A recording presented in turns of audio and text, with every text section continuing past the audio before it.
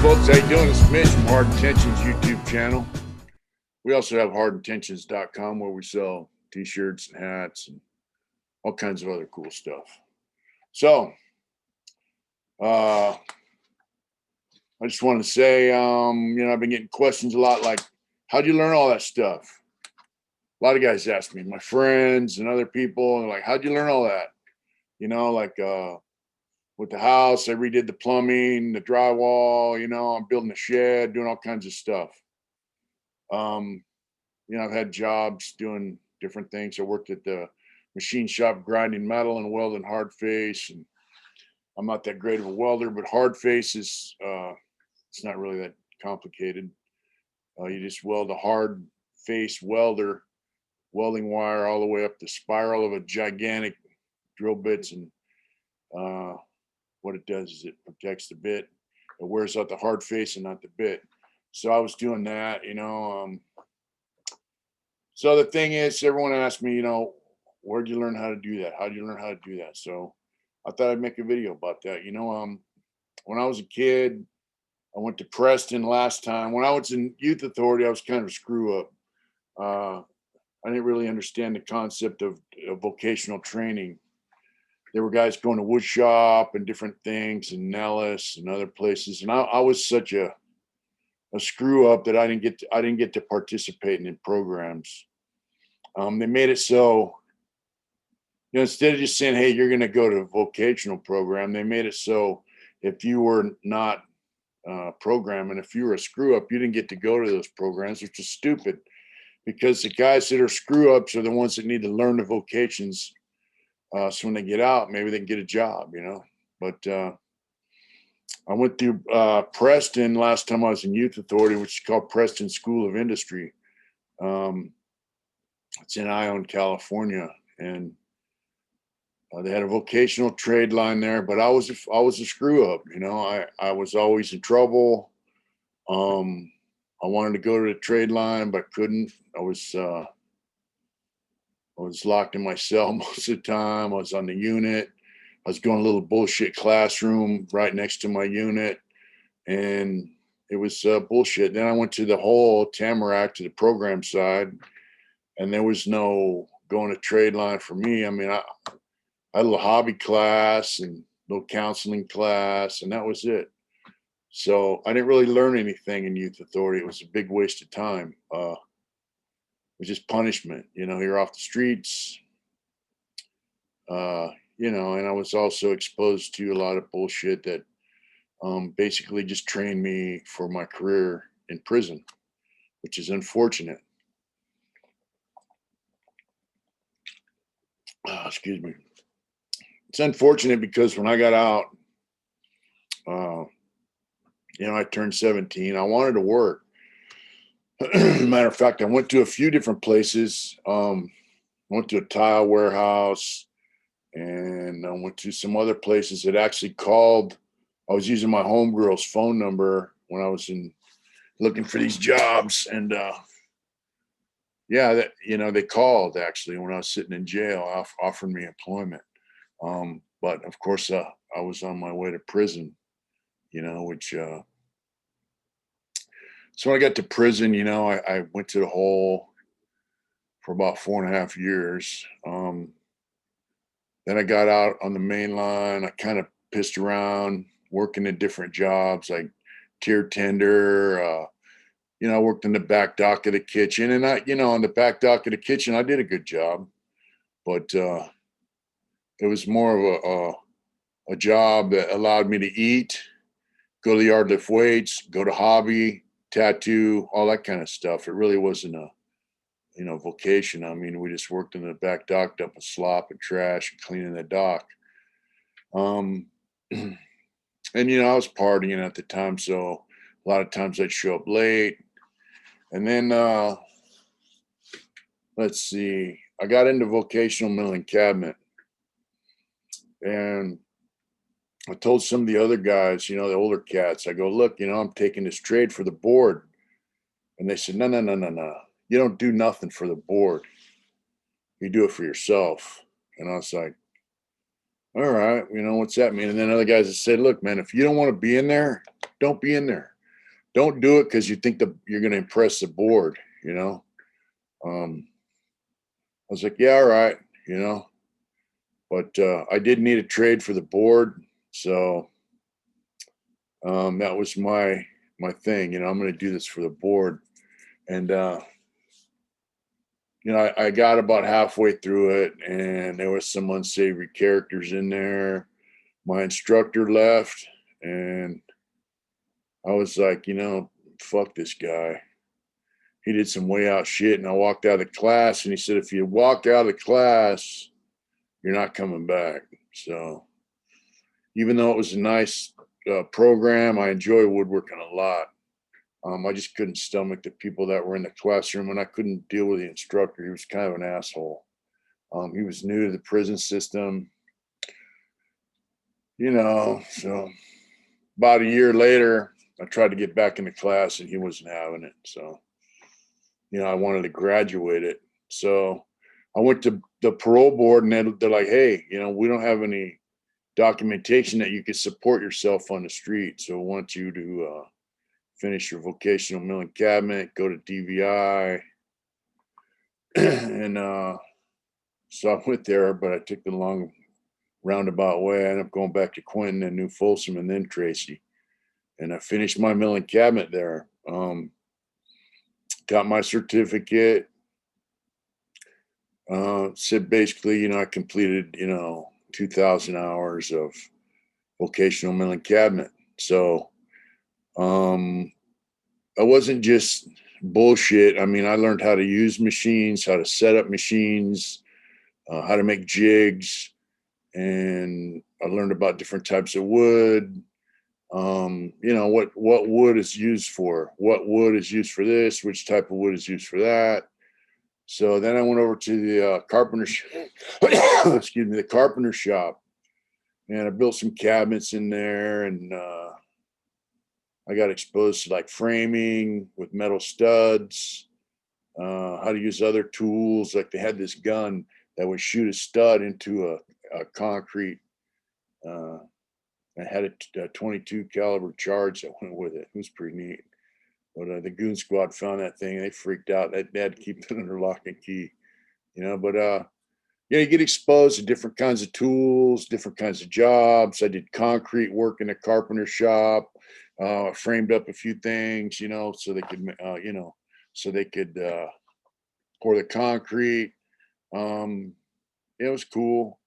And then I went over to prison industry, to the wood products, and that's where I really enjoyed that because they would bring in units of wood.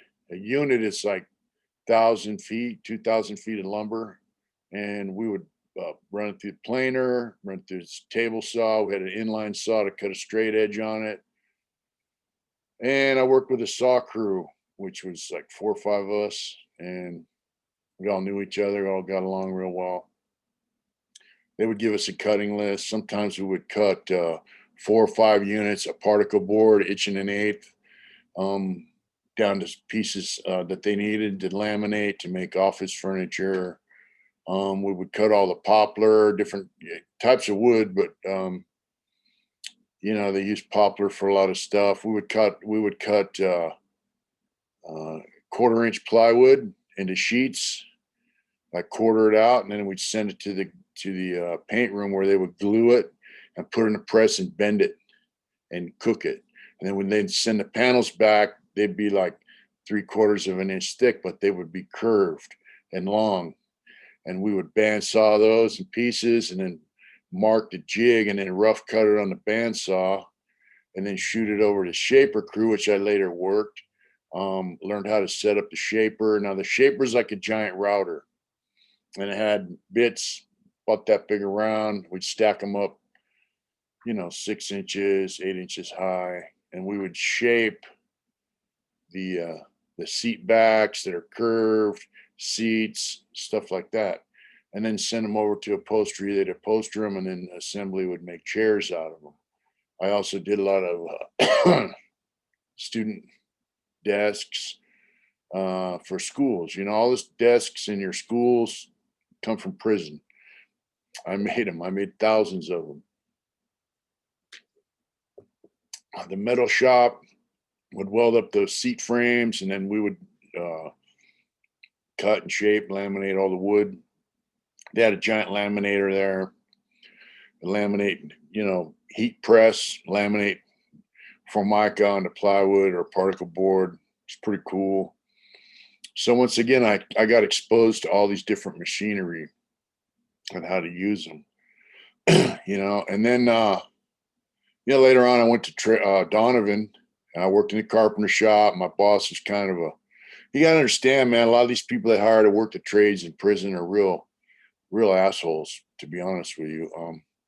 And so I had a chick, Vinny, and some other dude, George, some old dude. I mean, like one time I went out and framed up a pour.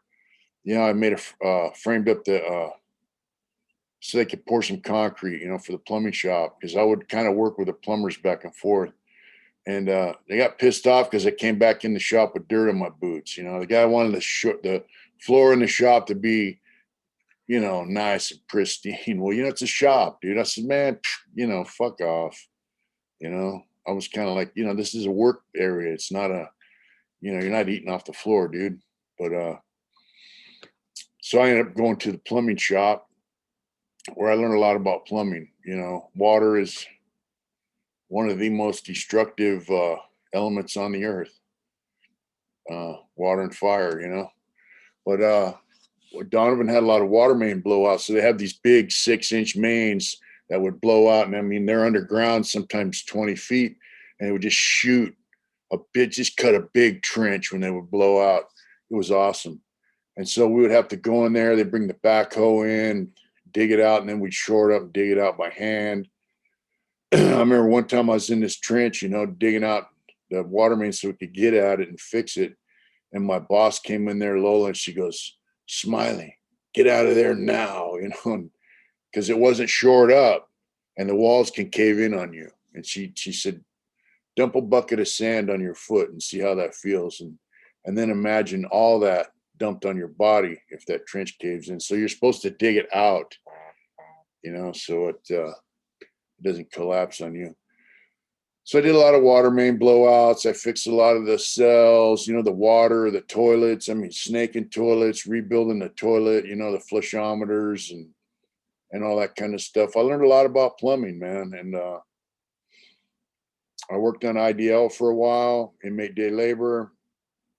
We put up a 60 by 120 foot building on a block for the drug program to use.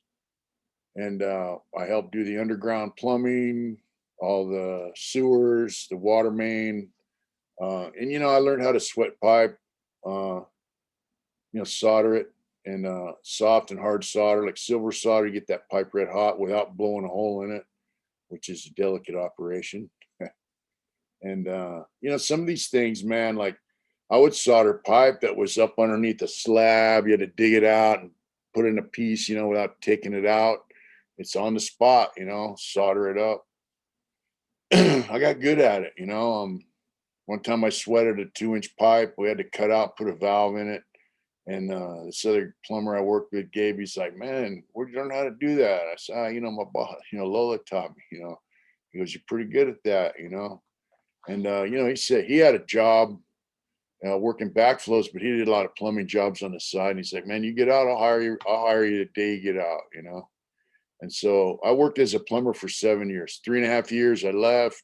Then I went back and I worked another 3.5 years as plumber. I did a lot of preventive maintenance on the fire hydrants. You exercise the valve, you open it, close it a few times so it doesn't seize up. I dug it. I went in and took the whole toilets and sinks off the wall, fixed the pipes.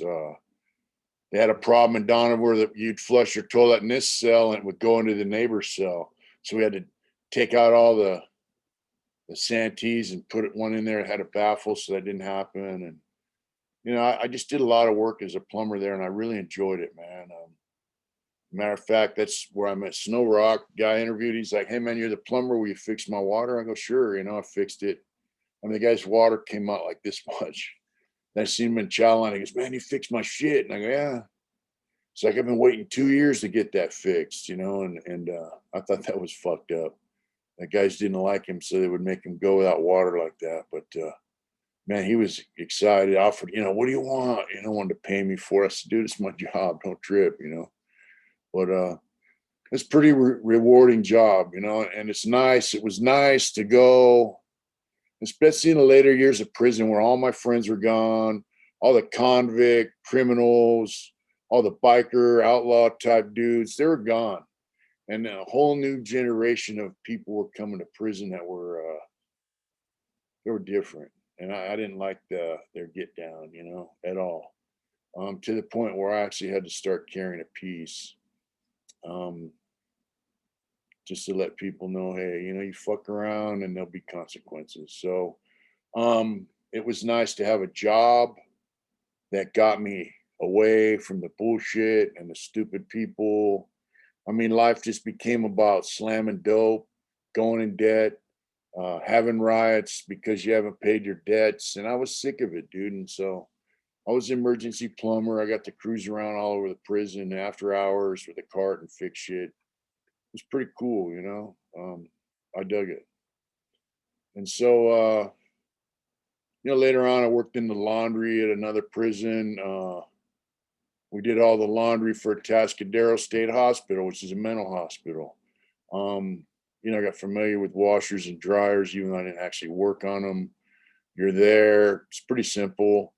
You get organization skills because I had to send all the laundry, get a list of each cell, each guy, patient, whatever they're called.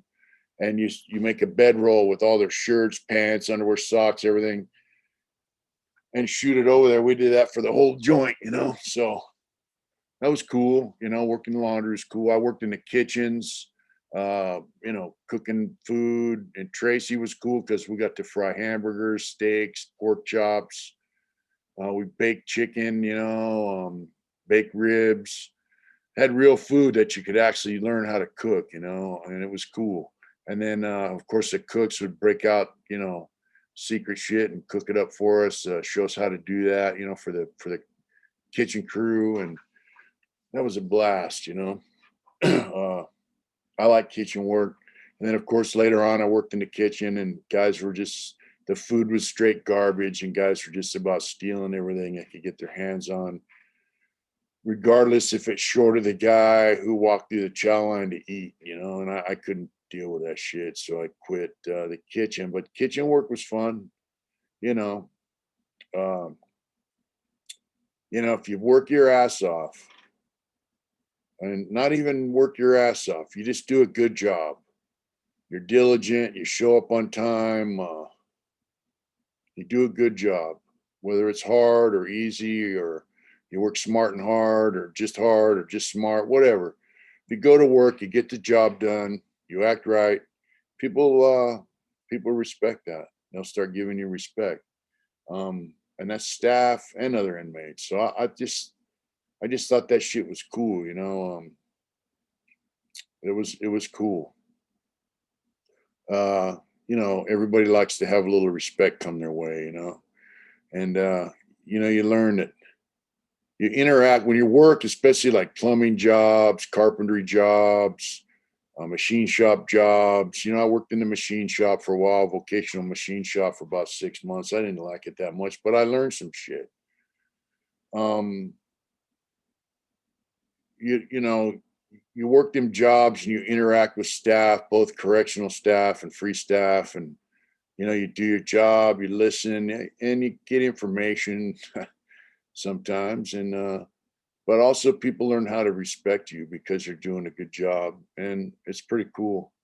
I dug it, so that's where I learned shit. And the thing was, I took that to heart, what them guys told me years prior. You don't do this job, you don't take that trade for the board, you do it for yourself. And so now look, I have these job skills that I learned in prison, and I'm out here doing my deal. I'm building a shed. I remodeled this house. Well, actually just got it functional. I had it rewired from a guy who was in prison with me that took the electrician trade when they had it. I worked for, 20 something years as an electrician in prison. he came up here and rewired my house, and I, had to tear the walls open to do that. And I re-drywalled it and got it all together. I remember when I was in Corcoran, I worked wood products in Corcoran. My job was to make tack boards. So I cut the frame, put soundboard in it, and shoot it over there to poster it. But when I went in there, they were buying the frame stock for that from San Quentin prison, and they were sending it with cottonwood, which is a shitty wood, and it'll bow and twist and just this crappy wood. And they needed these tack boards, made like 1,000 tack boards made like right now. So I told the head dude, I said, go out and buy a unit. It's like 1,000 feet of poplar, and I'll make the tack boards out of that. And they brought that shit in. I cut it to width, cut the notch in it, the rabbit down the side, cut it to sizes, put them all together. And they were like, wow. And I said, from now on, you don't need to buy that shit from San Quentin. I'll make it. And they bought me a saw blade. They bought me dado setup for this big 16-inch saw, automatic feeder. I remember when I told them I wanted to use that saw, they had a lock on it, so you couldn't push the start button, and there was no blade on it. I go, hey, open the saw up, man. Give me the blade. And they go, oh, we don't use that saw. I'm like, why not? They go, oh, some guy cut his finger off on there. I said, well, I'm not going to cut my fingers off on here. I know what I'm doing. And so they let me use it, and they were impressed. So they got, more blades, automatic feeder. They started ordering the lumber. And I was so ahead of my job, I'd have tack boards just stacked up, mountains of them, And then I would go to the other machines, like the overhead routers. They all have a jig, which is a setup. And so the setup determines the cut.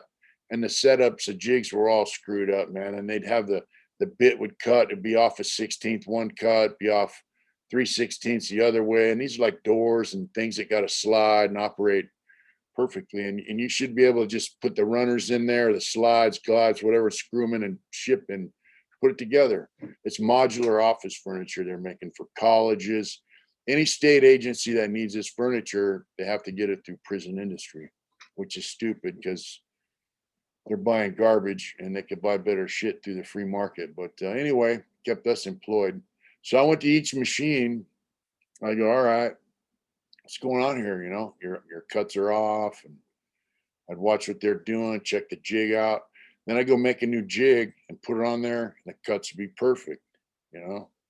I did each machine as I had time, and there's a big podium in the center where the free staff sit, and he's watching me. And when I was done, he goes, hey, come here, I'm like, what's up? He goes, I'm watching you, where'd you learn how to do that at? I said, prison. Because he would go to the machines and the guys operating them and ask him what's going on. They tell him, hey, fix the jig, So I told him I learned how to do that in prison. That's what prison's for, He was just like, dude, that's crazy. He goes, I've never seen anybody in here knows how to do that shit. I just thought it was kind of weird that because they would hire these guys and they would go into industry. Now, by now, the vocational milling cabinet, vocational machine shop, all these trades were gone. They were starting to phase them out.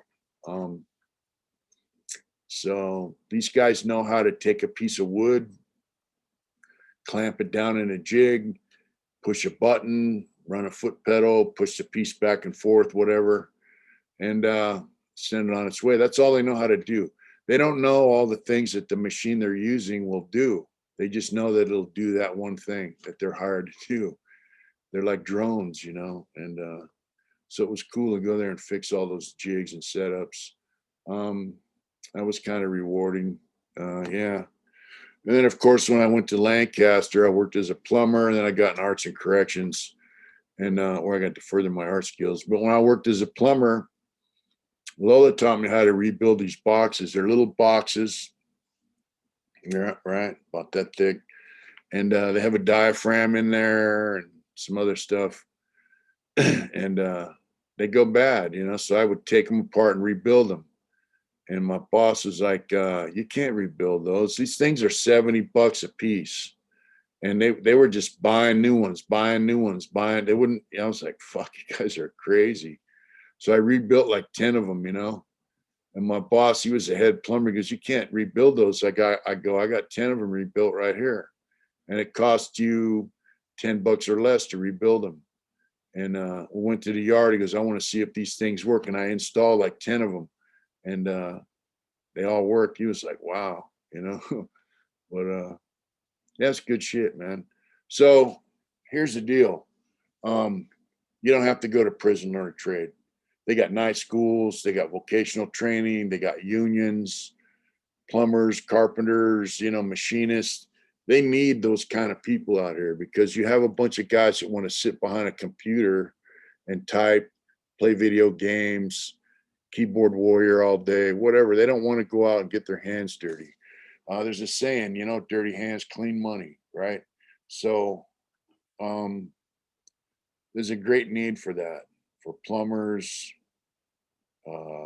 welders, machinists. Those are the three main, but they also need carpenters, you know, they're building houses and shit. So um, there's a need for that. And if you join the union, you go to school, you get paid while you go to school. You also work while you go to school.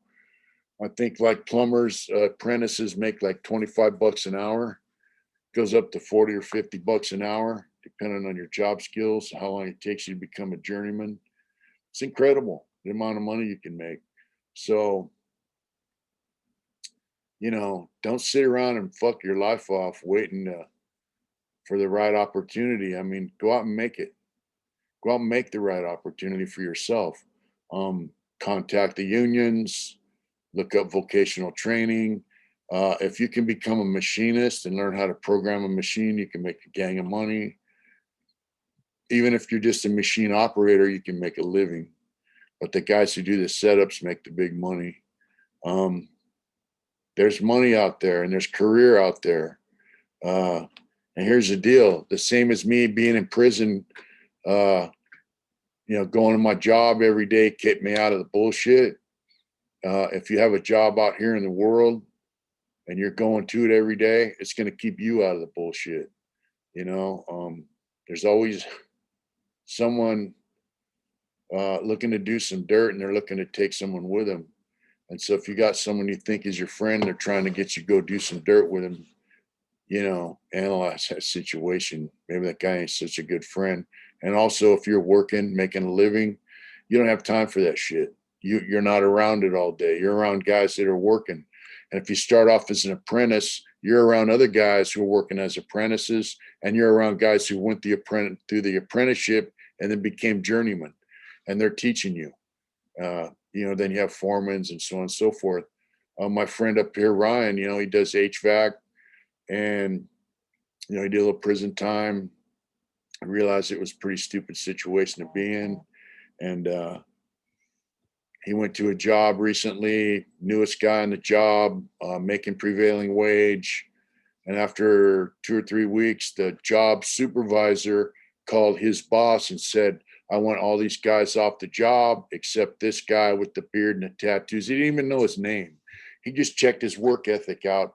And now he's a foreman on that job, making prevailing wage, which is quite a bit, 80, $90 an hour, doing HVAC. HVAC's an excellent job. You can start off as a grunt, which is not that hard, and work your way up the ladder. And you're around guys that are working, you know, guys that are working in trades like that. They're generally decent guys. They're hardworking, stand-up men, you know. So if that's what you aspire to be, that's where you learn it, you know, and that's where you do it. So, you know, I don't recommend going to prison. If you end up in prison, you can get your education and you can learn a trade, but they don't have a lot of the stuff that they had when I first went in. Like around 2002, the prison guards union convinced the head of the CDC that if they got rid of the vocational programs, they would save a lot of money because they wouldn't have to pay instructors to work in the vocational programs teaching guys trades. They had auto body, they had everything. So they went in, they took all the machinery out and they donated it to schools and vocational trade shops out in the world, and they just took it away from the guys in prison. So, so now you have a situation where guys are sitting in prison, they can't learn a vocational trade. They're in places where guys are shooting dope, having riots, joining gangs, and just creating a fucking mess to live in. And, instead of learning a vocational trade, guy's trapped on the yard.